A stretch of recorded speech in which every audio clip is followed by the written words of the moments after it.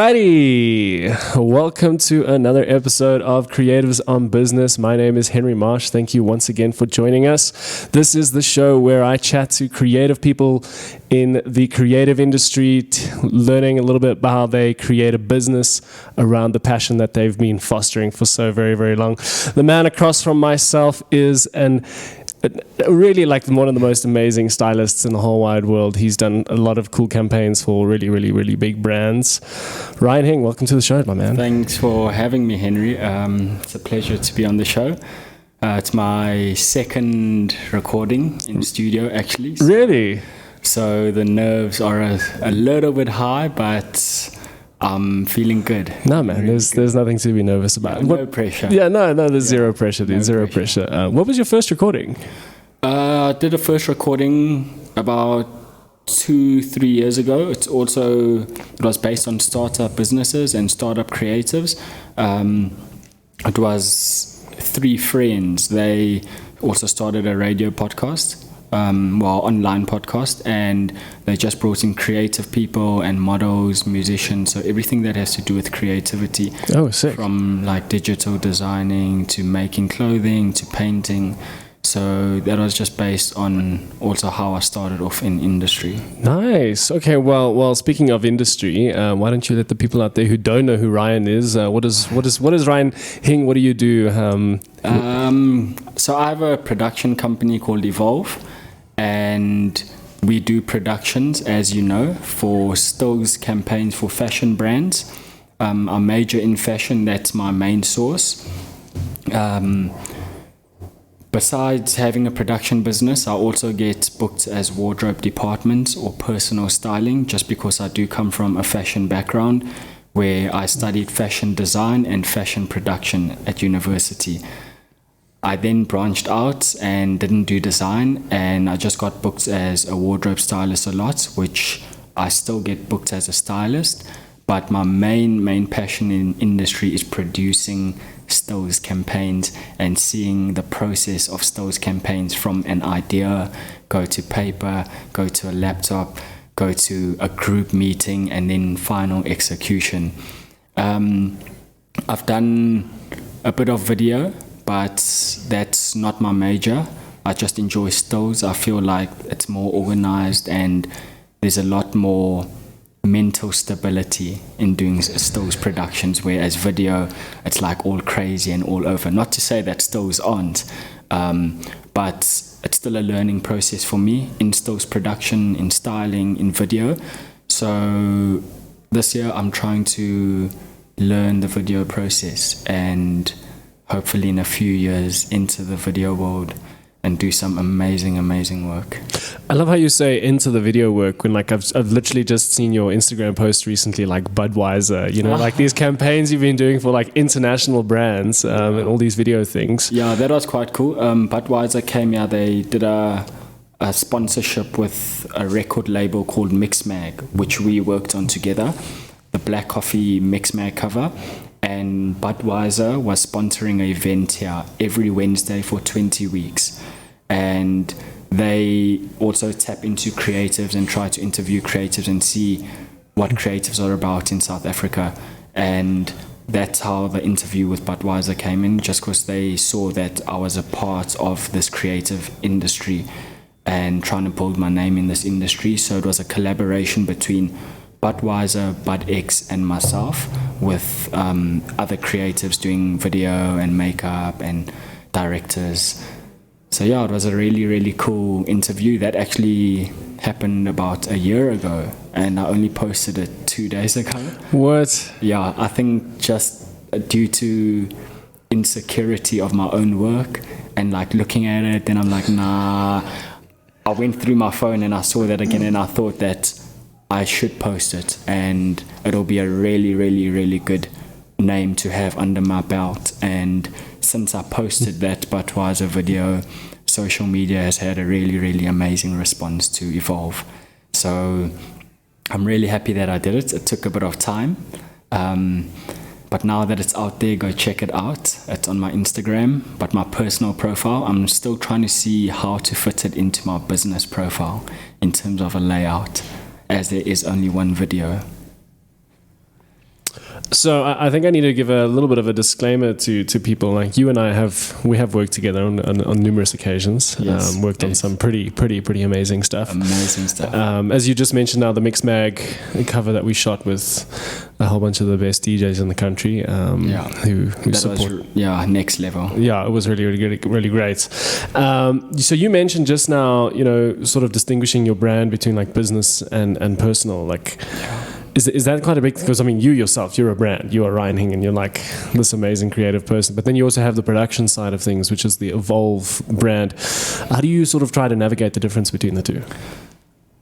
That's a tricky question, but I started off with just a profile on Instagram as Ryan Hing. This is when I was just hustling and putting out work there and just testing the waters and seeing how my friends respond to things. And then my friend said to me, you need a business profile because the business that you're running on Ryan Hing's profile is really amazing. And if you just switch the two, it will take off and your business will start. I then switched my profile and made my Ryan Hing profile to my Evolve_keep changing profile and started a new Ryan Hing profile because my followers on Ryan Hing were quite a high number, I'd say, so it would be pointless to start all over again. And since then, Evolve is strictly business, but I still do post stories of personal life because, like you say, a lot of people see me in the street and they'll say, you the Evolve guy, where they don't know my name, but they see my story on Instagram of my face, of behind the scenes, of what I'm doing during the day related to business. Whereas Ryan Hing, I'm trying to... A lot of people say to me that I need to take advantage of my look and really push that look, where I've never been serious about, okay, I'm really going to push this. I've been signed with modeling agencies, but it's always just been a side thing of when they call me, I'll go. If I have time, I'll go. But if it interrupts with my business Evolve, then there's a fine line where I'll have to choose my business Evolve because I feel as if my business is bigger than me and it's going to continue to be bigger than I am. And that is why now I have brought in a few people to work with me. I started reading a book last night, actually this morning. It was called Don't Ever Eat Alone. And I woke up this morning at 6 and I started reading through that, and it really resonates with what I need within my business right now. It talks about how you cannot do everything alone. You cannot do productions alone. You cannot build relationships alone. You cannot build business partners alone. And up until this year, I have been completely alone. From the start, I've been alone, trying to figure out how am I going to do this, trying to figure out where I'm going alone. And up until this journey, it has been really lonely. I told my assistant yesterday that up until she has been a part of this business, the business has been really lonely, but it has taught me a lot. And it's taught me what not to do and how to run things and where to be careful. And yeah, I just feel like this year, from here forward, it's all about working together as a group. It's about bringing people in. It's about not being greedy. It's about not being nervous to bring people in, because that's a big factor in business. Is when you start off alone and you're running something for 4 to 5 years alone, you get nervous. There's a lot of things of, what if this happens? What if they do it this way? I'm not comfortable if they do this, but now I've had to let go and say there is a second party involved here, and I'm stepping back. I'm going to allow them to run it how they run it, because I trust them. And they trust my business, and they see what I want out of projects. So yeah, it's been really amazing this year in terms of a learning curve and just having a secure team that I work with. So I want to come back to this just now, but before we get there, I want to talk a little bit about you studied fashion design. Is that what you did, like straight out of school? And then did you always know you wanted to be a fashion designer? So yeah, always knew. When I was younger, a little story. So I would always go to my mom's room on weekends and look at her clothes, and there would be like some cool belt, and I would be like, Mom, can I please like put this on? And she would laugh and just be like, yeah, go crazy, like whatever makes you happy. Then I would see a pair of shoes. This is where it got a bit like extreme and weird for other people, but they were still sneakers, but under a ladies section of the sneaker. And I would be like, wow, the sneaker's so cool because of this color and this design and this print of a flower on. You won't find this in the guy section. And I would say to my mom, can I please borrow it? And she would say, once again, laugh and just say, go ahead, Ryan, whatever makes you happy. And I think my mom always saying to me, you can pull off anything, has boosted my confidence and made me think that I can pull off anything in terms of fashion and in terms of business. And yeah, so I always knew that I wanted to be in the fashion industry. Straight after studying, matriculating at CARES, I went straight into studying.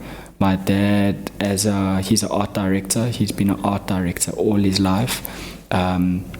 He's 60 this year.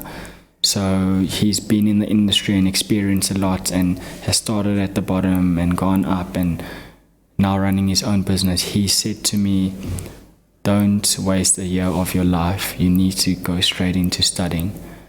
And I was like, yeah, okay. I was very unsure because I did want to take a gap year.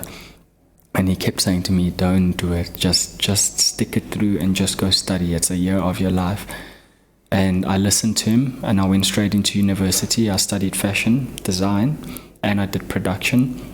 It was a bit tricky making my mind up of, there were two things: psychology I wanted to study just because I find the human brain really amazing, and just humans in general.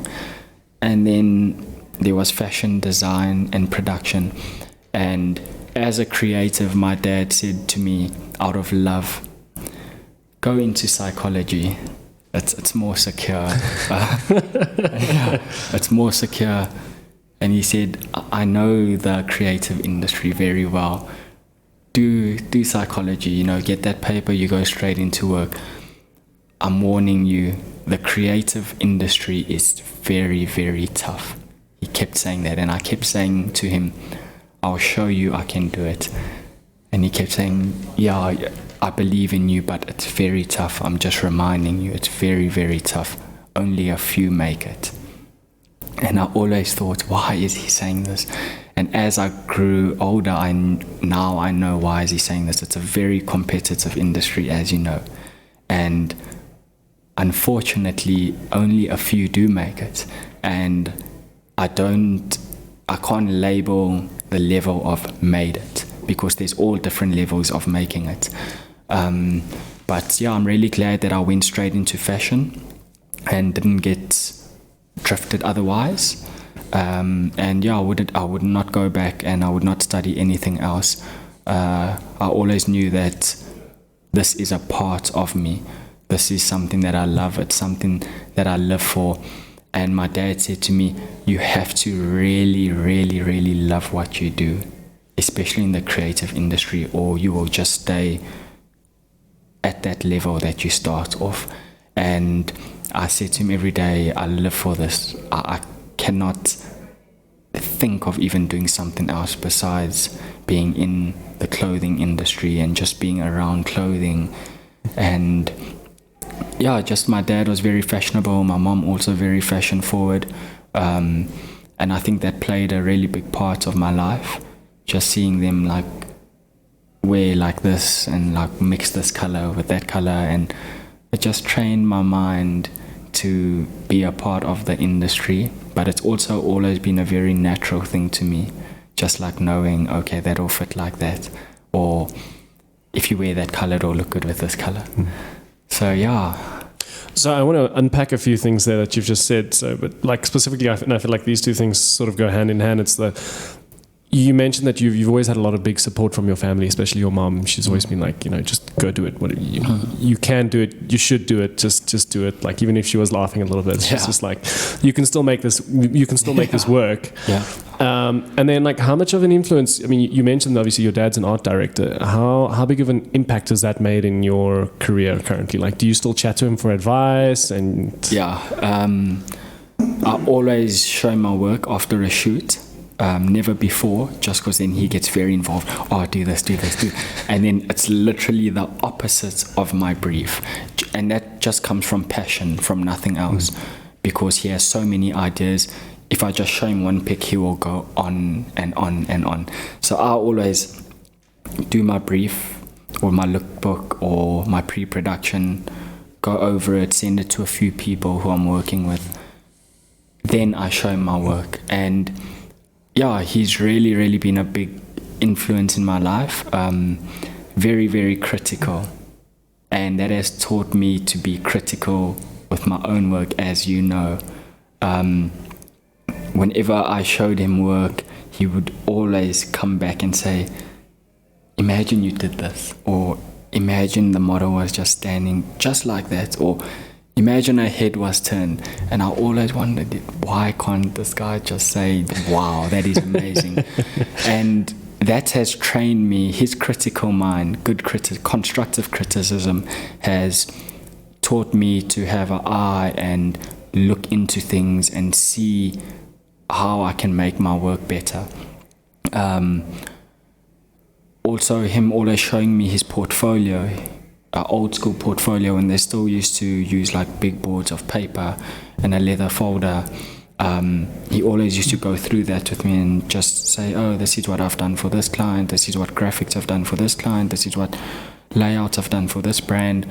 It's really motivated me. My dad always said to me that you need to know the standard. And when I first did campaigns, he would be like, wow, well done. Next time, just do this.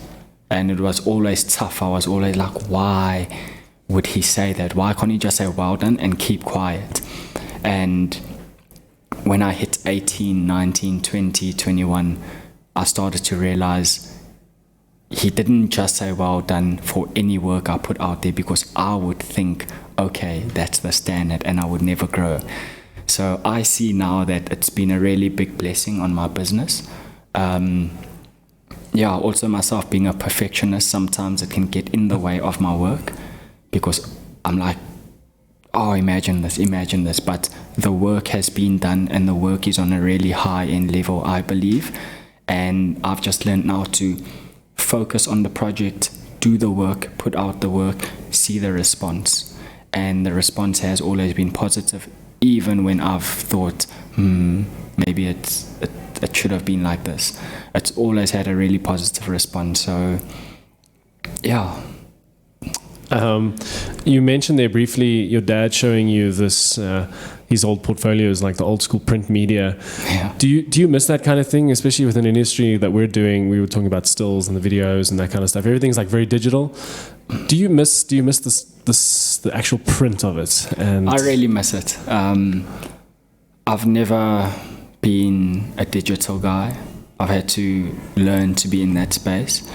I think quick digital media like Instagram, that I'm really good at. It's just about posting. There's stories, there's quick interactions, there's quick communications, there's quick messages, DM, direct messages. It's very quick. So I've gotten into the routine of running my social media, but I really, really do miss how they run things in the old school ways. Also, still up to today, I like to write on paper. I like to draw. I like to sketch. I don't like to plan on a screen. I feel like planning on a screen, personally, it's very two-dimensional. If you put that line straight, it's going straight, where it's like very structured. And I miss touching things and writing. I still write in a diary. My diary is actually with me over here, and it's a big notepad. and my current assistant, Michaela, which you know that I'm working with, she has said to me, Ryan, you need an online diary. And I was like, nah, like I'm good. I have my diary. And she started an online diary with me, and it's been amazing. I've been inviting clients on there. I've been writing notes, descriptions, times, everything. So I think that is the future, and unfortunately, we have to keep updated with what's happening right now. Also with a calendar, I have a calendar in my actual diary that I write. Now I have a Google Calendar, which I've never had, and I tell other people I got a Google Calendar this year, and they're like, what? How could you only have a Google Calendar this year? And I just feel as if everybody's different. Everyone prefers different things, and there's no right or wrong on how to run things. I think that if it works for you, it works for you. But keep your mind open and tap into different things and try out different things, because if you don't try, you will never know. Within your business name, you already have it's evolve, keep changing, right? So there's already this whole idea of like you want to be able to like adapt. Yeah. So how important is that? So obviously, I mean, we've just spoken about like, you know, you being this hardcore writer and you like the old school ways, and digital is now, you know, with the advent of the calendar in your life, online calendar. How important do you think it is for people to stay adaptable and to actually be able to evolve and keep changing with the times and that kind of thing? Do you think it's important? I think, okay, so how I came up with my brand name Evolve, I just feel as if as humans we are always evolving, whether it's now, whether it's a split second from now, whether it's when I walk out this door, future, we are always changing. Comes down, it's a bit spiritual, so it comes down to our emotions. We always changing, our feelings, the way our body feels, the way we look. Even if it's like a hairstyle, it might be like this, and then when we go outside and it's windy, it'll be blown back. We always changing, always evolving. And the name Evolve came from a personal experience of, why am I like this now? Okay, tomorrow I'm like this. When I was young, I was like this. Now I'm like this. And I just enjoyed the process of seeing myself change. No tattoos. Now it's like, so many tattoos. And the slogan, keep changing, is, it just works with the word evolve. And if we're evolving, we are changing. And especially in the creative industry, I wanted to keep my name not to one thing, in case one day I want to branch out. So starting off as a designer, I was Evolve. That was my label when I had a line and I supplied a few stores and independent markets. That was Evolve. The slogan was keep changing. Now my line is done, but my name has carried on. Evolve, keep changing. I've gone into styling, still within the fashion industry. Last year I said I have to have a production company. That is my end goal. That's my dream, have an agency.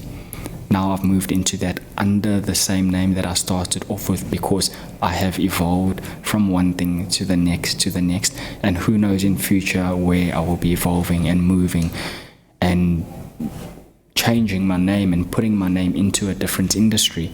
So yeah, that's how I came up with Evolve and keep changing, and the importance of always changing and not getting stuck in one idea or one thought or one narrative or one brief. I feel as if there's always room to change, and there's always room to do different things and try out different things. You've also just mentioned that you had an actual fashion brand. I didn't even know this, didn't know you had a clothing line that you were putting out. Do you think that mentality of like running a business of a clothing line has also influenced how you run your current styling and almost production business that you've got going? Definitely.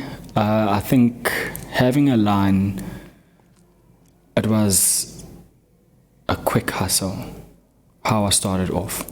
So when I finished actually first year of university, I was like, okay, I need a bit of money. I have a really great idea. let's sell two-piece items, a shirt and just a button-up shirt, short-sleeve button-up shirt, and just pants. I always liked the idea of a uniform. Today, wearing these pants, like, it's very, very different and very out of my comfort zone. And I based my brand on having a uniform. Black shirt, black pants, sell it as a set. Pinstripe shirt, pinstripe pants. Just because I like I said, I've always been a uniform person.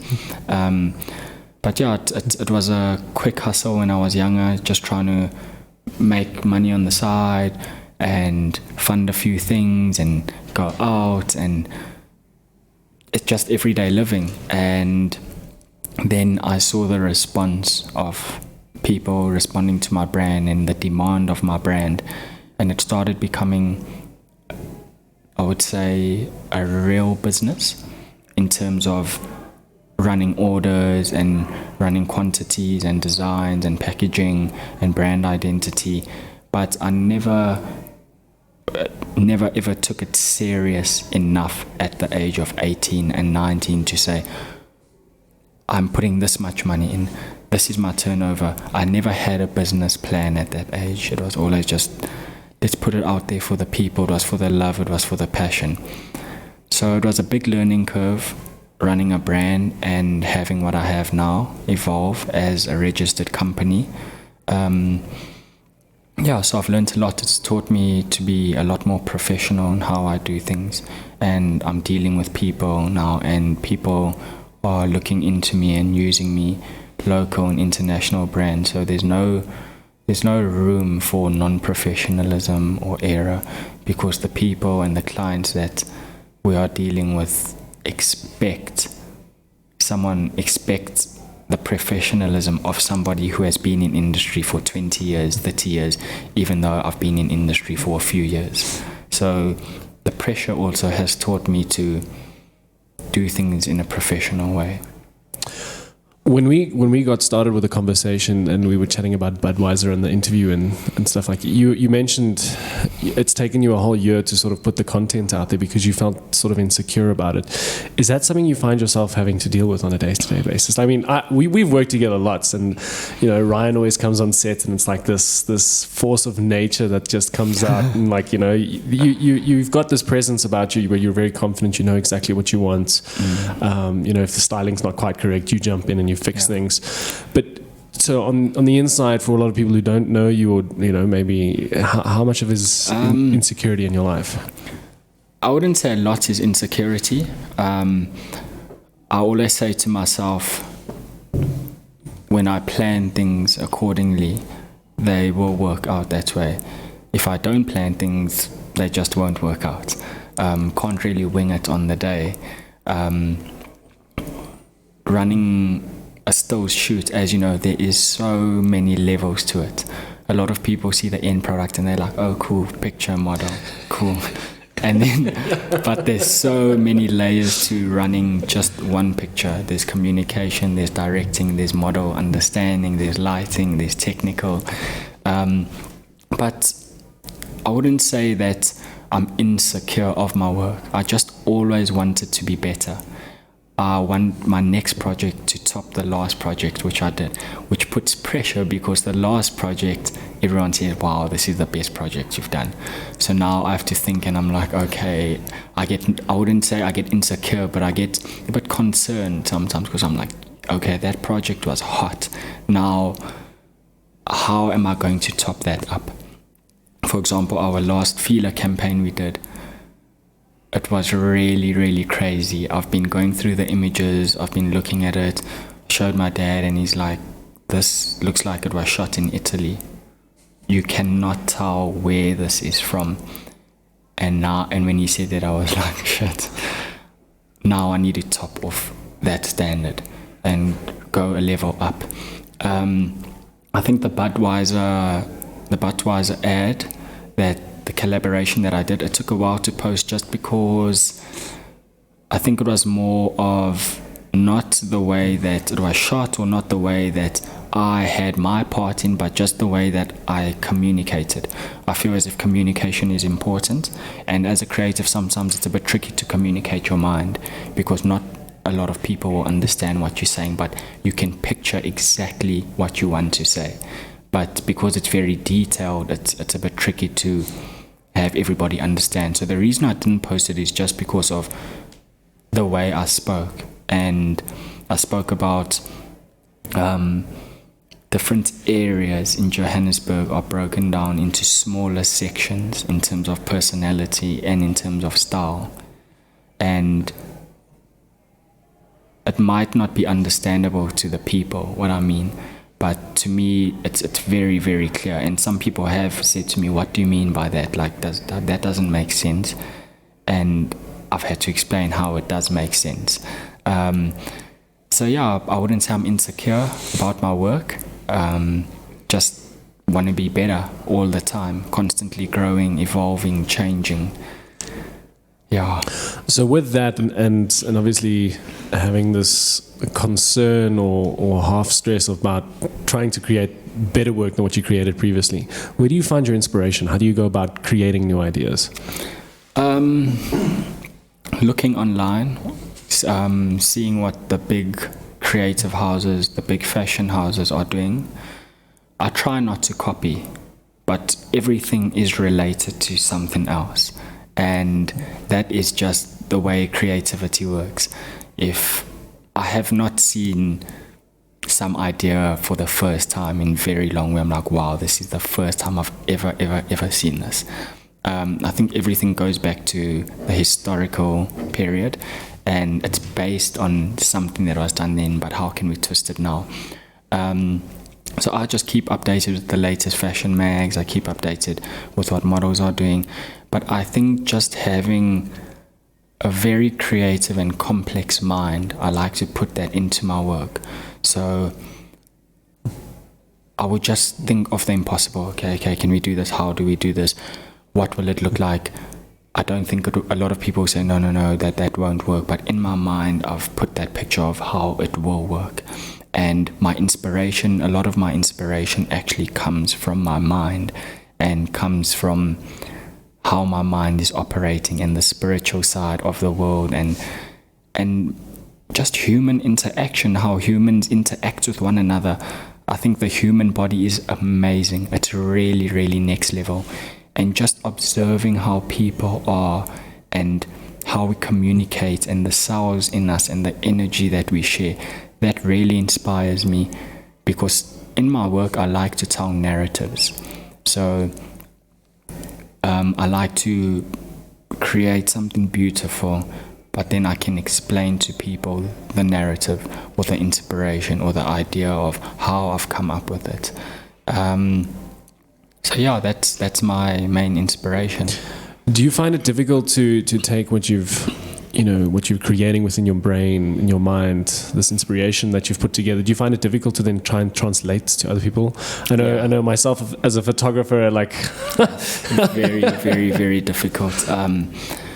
I think, it's having somebody by my side now in my business. She understands so well. Like if I say a mixed sentence, she will know exactly what I'm saying. And it's really rare to have somebody in business like that. I feel as if she was not around, if Michaela was not around and could not process what I'm thinking, it would be very hard for me to put onto paper, because sometimes I don't even know how to put it on.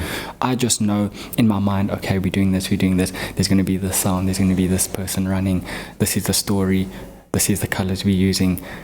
And it's just an overflow of things. But I've learned now to just write it down slowly, even if it's a mind map, and then pick from here, pick from here, pick from here. I think it's a bit tricky to understand how my mind works. Also being very OCD, that plays a very, very big part in my work. I just want everything to match, and I want, as you know, I'll ask a few things. If this is like this, that one needs to be like that. but it does come down to my concept still. So it's not being OCD about things that aren't related, but it's about being OCD of things lining up and the synergy of everything coming together. Yeah, I like that. Right at the beginning of the conversation, and this is how I'm trying to bring this back together again, is you mentioned the book that you started reading. I think you said "Don't Eat Alone," and how you're transforming your business now into this thing with multiple people in it. Yeah. So how important has this now become for you? So going from solo Ryan Hing, creating the label, creating the styling concepts, and now becoming a production. How's that going? So starting the book this morning, I'm probably 15 pages in, but through those 15 pages I've learned a lot already. But it's a really big step that I am taking, and it's a major step in my business. Running this business alone, let's say for about 3 years professionally, it's allowed me to be comfortable with myself, but also difficult to communicate and ask for an opinion, because it's only my opinion now, and it's my mind in this, and then I have to create it. There's no person sitting next to me where I can say, please be critical and tell me that this is not going to work, because sometimes I do like to make the impossible possible.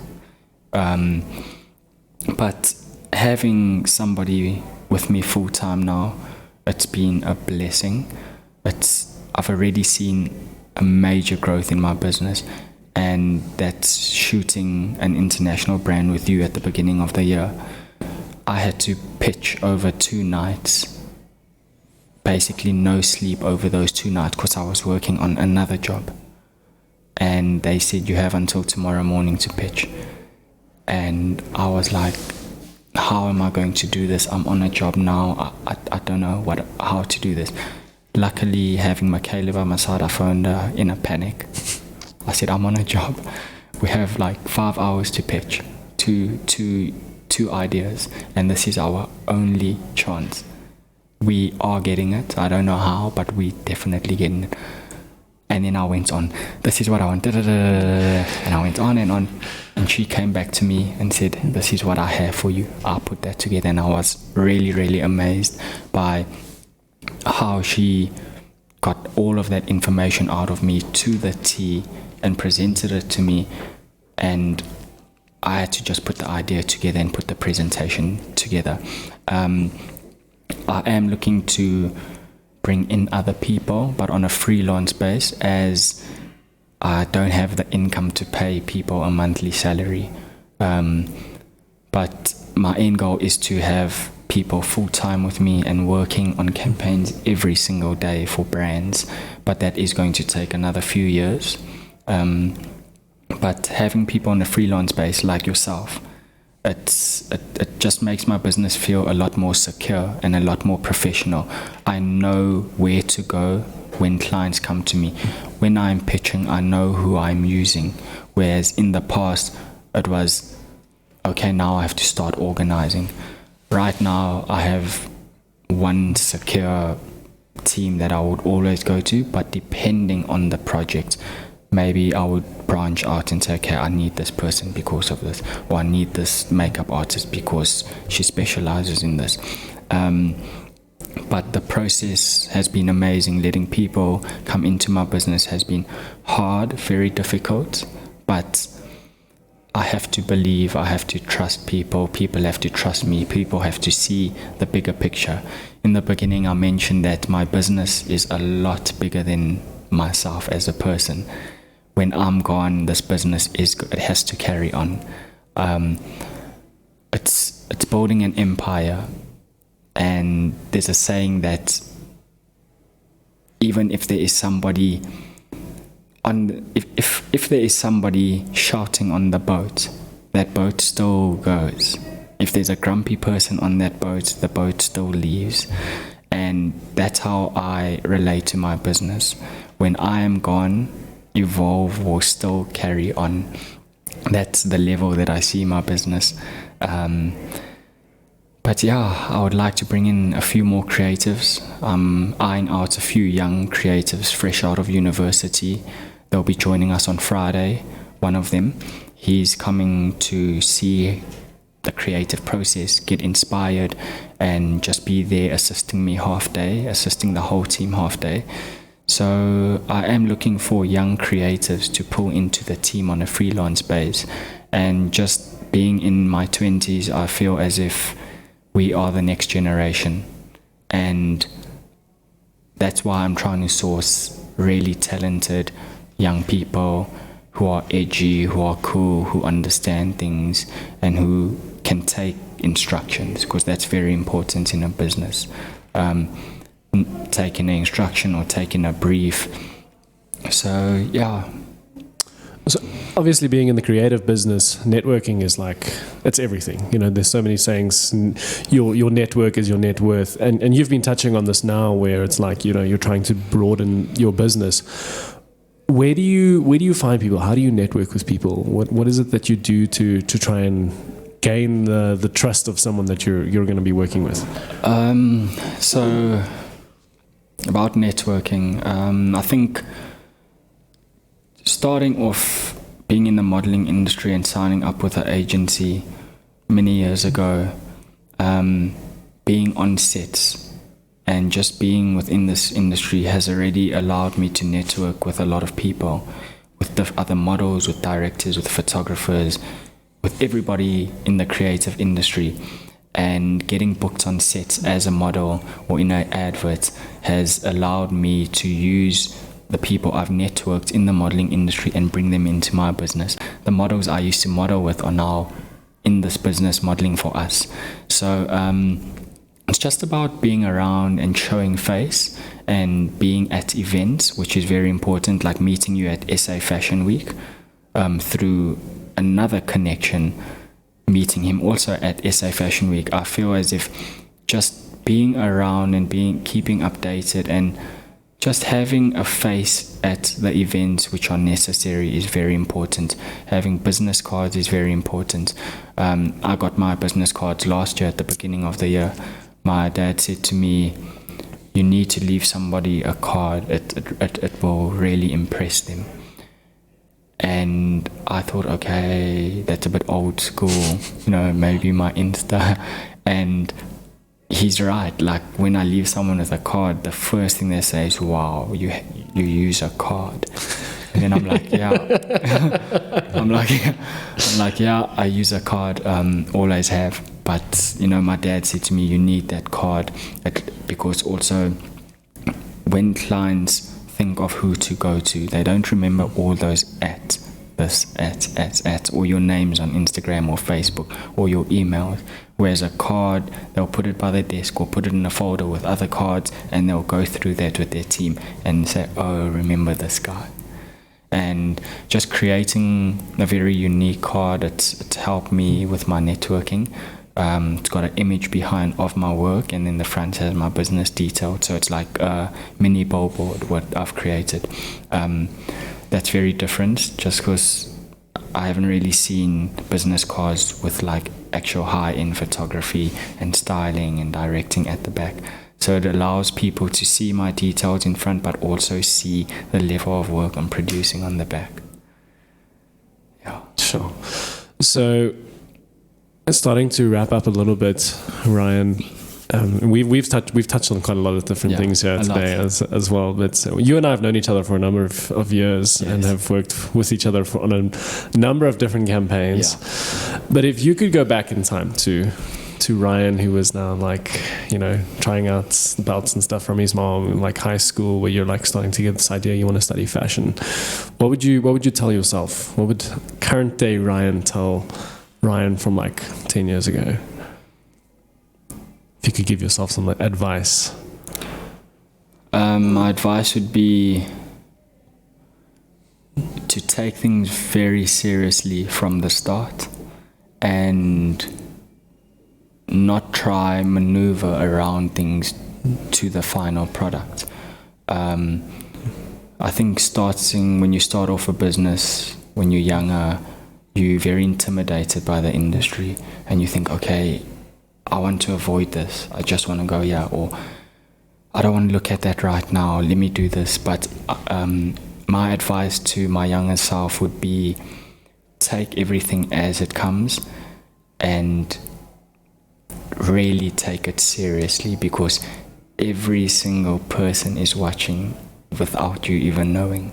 There's people who you don't know that know you, and I think it's just important to keep up a good image and just always be chilled and friendly with people. I think that's also half the reason I have my clients, is because I'm very chilled with them and I'm easygoing, and when it's time to work, it's time to work. Unless it's about socks, eh? Yeah, sometimes, a bit of socks, and it's like, but other than personal that, joke. Yeah, personal. But other than that, like, very, very chilled. I think just, if you're easygoing, like, things will work out in your favor.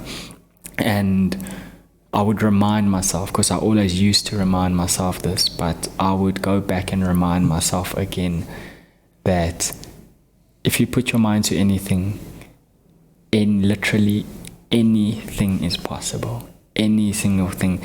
What I tell myself every single day is very impossible or hard to believe to others, but to me it's possible. I can see what I tell myself, but now it's just about all the obstacles and getting to where I see myself.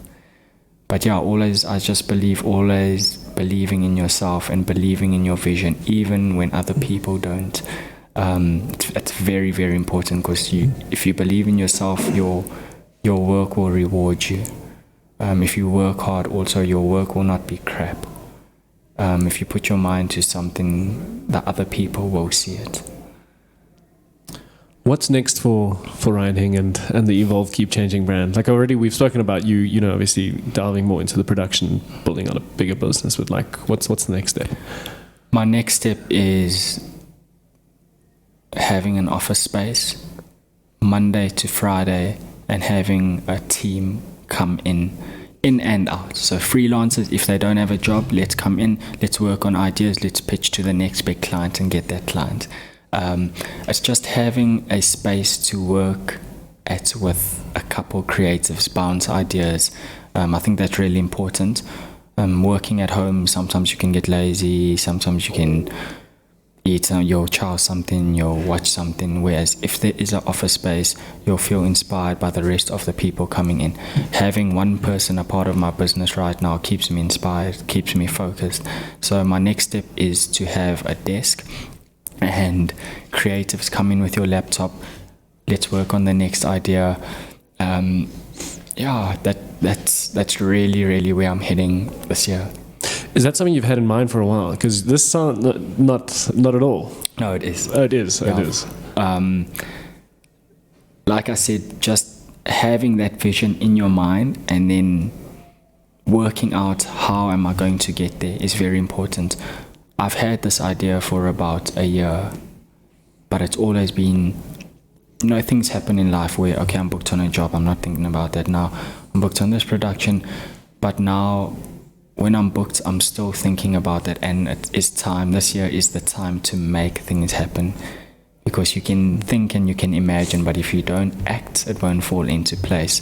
So I've had this idea for about a year now, and now it's just the little things of making it happen. And I've already had the first step of having somebody by my side. Now the next step is to just get that space, that office space where it's very relaxed, creative team in, let's work on ideas, let's pitch those ideas, let's win as a team, let's start the job, let's finish the job. Ryan, dude, thank you so much for chatting with me today. Where can all the party people online find you on the socials? Thanks for having me, first of all. And you guys can find me on Instagram at evolve_keep_changing. And that is my business profile. My personal profile is at Ryan Hing 011. Facebook Ryan Hing. And that's my business account on Instagram is my main source, where I post all of my stuff, my stories, bit of my personal, what I'm doing during the day. But yeah, like I said, just go on those accounts and check what I'm doing. Sick. Ryan, last one for you is, if you had a microphone to the whole wide world, everyone had headsets on like this, and you could say like a couple of sentences, what would you put out into the world right now? Oh. Take your time. I'm gonna cut it down to one sentence because I think I would have a lot to say. But my one sentence to the world would be: never stop dreaming. Because what you dream is what becomes reality. So never, ever, ever, ever stop dreaming. Even if the idea seems impossible, just keep that idea in your mind. Touch base with that idea. Everything I've dreamt of right now has been in my favor, and it's really worked and helped. So yeah, there's no dream that is too big. There's not a single dream in the world that is too big.